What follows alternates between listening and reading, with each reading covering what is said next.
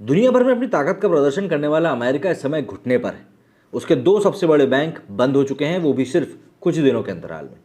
जय हिंद दोस्तों, वंदे मातरम। आज के इस वीडियो में हम लोग बात करने वाले हैं अमेरिका के बारे में। अमेरिका जो कि दुनिया में अपनी तूती मनवाने के लिए जाना जाता है, लेकिन उसकी खुद की आर्थिक हालत इतनी पस्त हो चुकी है कि वहाँ के बड़े बड़े बैंक बंद हो रहे हैं।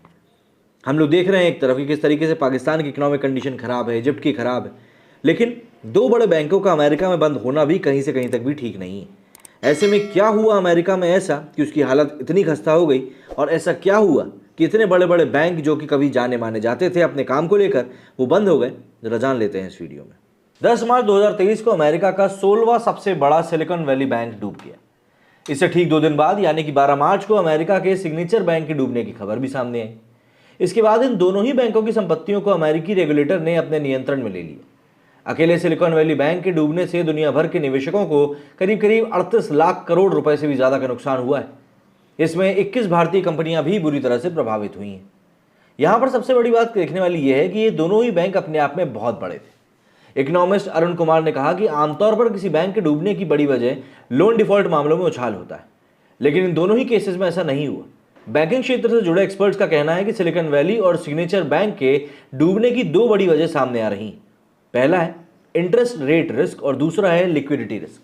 अब देखिए, अगर हम लोग इंटरेस्ट रेट रिस्क की बात करें तो एक बैंक इस जोखिम का सामना तब करता है जब काफ़ी कम समय में कई बार इंटरेस्ट के रेट बढ़ाए जाते हैं।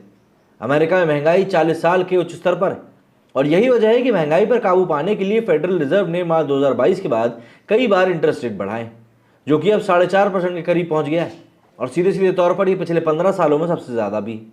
इसका असर यह हुआ कि फेडरल बैंक के खजाने में आमदनी यानी कि यील्ड अचानक से 2% बढ़ गई।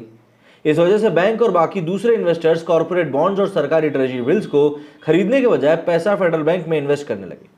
फिर देखते ही देखते कॉर्पोरेट बॉन्ड्स और ट्रेजरी की कीमतें घटने लगी। वॉल स्ट्रीट जर्नल की रिपोर्ट के मुताबिक यील्ड 2% बढ़ने से बॉन्ड्स की कीमत 32% गिर गई। सिलिकॉन वैली बैंक ने अपनी कुल संपत्ति का 55% हिस्सा अमेरिकी सरकार के बॉन्ड में निवेश किया था। ऐसे में कीमत कम होते ही सिलिकॉन वैली बैंक को भारी नुकसान हुआ। इस बैंक ने नकदी की कमी को दूर करने के लिए मैच्योरिटी से पहले ही ट्रेजरी से पैसा निकालना शुरू कर दिया। इस वजह से बैंक दिवालिया होने के और भी ज़्यादा करीब पहुंच गया। इसके बाद हम बात करते हैं लिक्विडिटी रिस्क। जब किसी बैंक को अपना नुकसान करके ग्राहकों को फायदा पहुंचाना होता है, तब इसे लिक्विडिटी रिस्क कहा जाता है। इसे ऐसे समझिए कि आपने 2019 की शुरुआत में अपनी सारी पूंजी लगाकर और बैंक से कर्ज लेकर एक फ्लैट खरीदा। इसके बाद अचानक से कोरोना महामारी आ गई। ऐसे में अब कर्ज और उसका इंटरेस्ट देने के लिए आपके पास पैसा नहीं है। एक तरफ बैंक की आमदनी घटती है, तो वहीं दूसरी तरफ बैंक में जिन लोगों का पैसा जमा होता है वो निकालने लगते हैं। इससे पैसा कम पड़ने की वजह से बैंक दिवालिया हो जाता है। सिलिकॉन वैली केस में भी ऐसा ही हुआ। उसके नकद भंडार में जितने पैसे थे उससे ज़्यादा लोग निकाल रहे थे। नकद की कमी ना हो इसलिए सिलिकॉन वैली ने अपने सिक्योरिटीज पोर्टफोलियो से 21 अरब डॉलर बेचने का फैसला किया था। उम्मीद से कम कीमत में पोर्टफोलियो बेचने की वजह से बैंक को करीब 1.8 अरब डॉलर का नुकसान भी हुआ। मार्च 2023 में जैसे ही सिलिकॉन वैली बैंक के डूबने की आशंका जाहिर होने लगी, ग्राहक अचानक से इस बैंक में जमा पैसा निकालने लगे। इससे 10 मार्च को पूरी तरह से silicon valley bank system fail हो गया। कुछ यही हाल क्रिप्टो करेंसी के जरिए फेमस होने वाले सिग्नेचर बैंक का भी हुआ। अमेरिका में फेडरल रिजर्व का एक नियम है कि बैंक में जमा 2 करोड़ रुपए तक की राशि पर ही इंश्योरेंस होता है। इससे ज़्यादा पैसा आपका बैंक में जमा है और बैंक डूब गया तो आपको पैसा नहीं मिलेगा। इन दोनों बैंकों में ज़्यादातर लोगों और कंपनियों की 2 करोड़ रुपए से ज़्यादा की रकम जमा थी, इसलिए जैसे ही लोगों ने रकम निकालने लगे, बैंक पूरी तरह से खाली हो गया। 12 मार्च को अमेरिका के रेगुलेटर्स ने कहा कि सिलिकॉन वैली बैंक में जिन लोगों का पैसा जमा है उन सभी लोगों के पैसे पूरी तरह से सेफ है। इतना ही नहीं, इन बैंक में जिन स्टार्टअप्स का पैसा है वो अपने काम के लिए लेन देन जारी रख सकते हैं।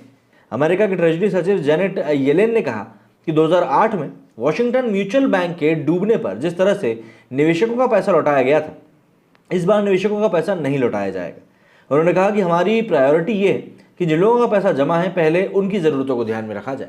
इस समय अगर हम सीधे तौर पर बात करें, दुनिया भर की सरकारें तेज़ रफ्तार से महंगाई को काबू पाने के लिए ब्याज दरें बढ़ा रही है। ऐसे में सिलिकॉन वैली और सिग्नेचर बैंक की तरह दुनिया के कई दूसरे बैंक भी संकट में हैं।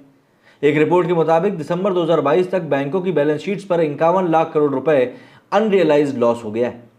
हालांकि लिक्विडिटी रिस्क की वजह से ज़्यादातर बैंकों के डूबने की संभावना है। भारत को लेकर बात करें तो बैंक ऑफ बड़ौदा के चीफ इकोनॉमिस्ट मदन सबनिवास ने एक इंटरव्यू में कहा कि इसका हमारे बैंकिंग सेक्टर पर असर पड़ने की संभावना नहीं। ऐसा इसलिए कि हमारा बैंक सिस्टम बहुत ज़्यादा बड़ा है। वहीं इकोनॉमिस्ट अरुण कुमार ने कहा कि अमेरिका की तुलना में बैंकों को लेकर भारत में ज़्यादा सख्त और पारदर्शी कानून है। इसकी वजह से भारतीय बैंक एक तय सीमा से ज़्यादा पैसा कहीं भी इन्वेस्ट नहीं कर सकते। इसी वजह से भारतीय बैंकों का पैसा डूबने की संभावना बेहद कम है। लेकिन यहाँ पर समझने वाली बात यह है कि जिस तरीके से अमेरिका यहाँ पर अपनी साख को कहीं ना कहीं खोता जा रहा है, और एक केस में नहीं, एक के बाद एक कई सारे केसेस ऐसे हो रहे हैं जिसमें कि अमेरिका मुंह के बल गिर रहा है। उनको देखते हुए कोई भी यही कहेगा कि यार अमेरिका में सब कुछ ठीक नहीं चल रहा है। लेकिन बात वही, अगर हम लोग हर एक चीज़ को पॉजिटिविटी के साथ भी देखें तो उसके बावजूद भी हम इन चीज़ों को इग्नोर नहीं कर सकते। मेरे स्टूडियो फिलहाल इतना ही। जय हिंद, जय भारत।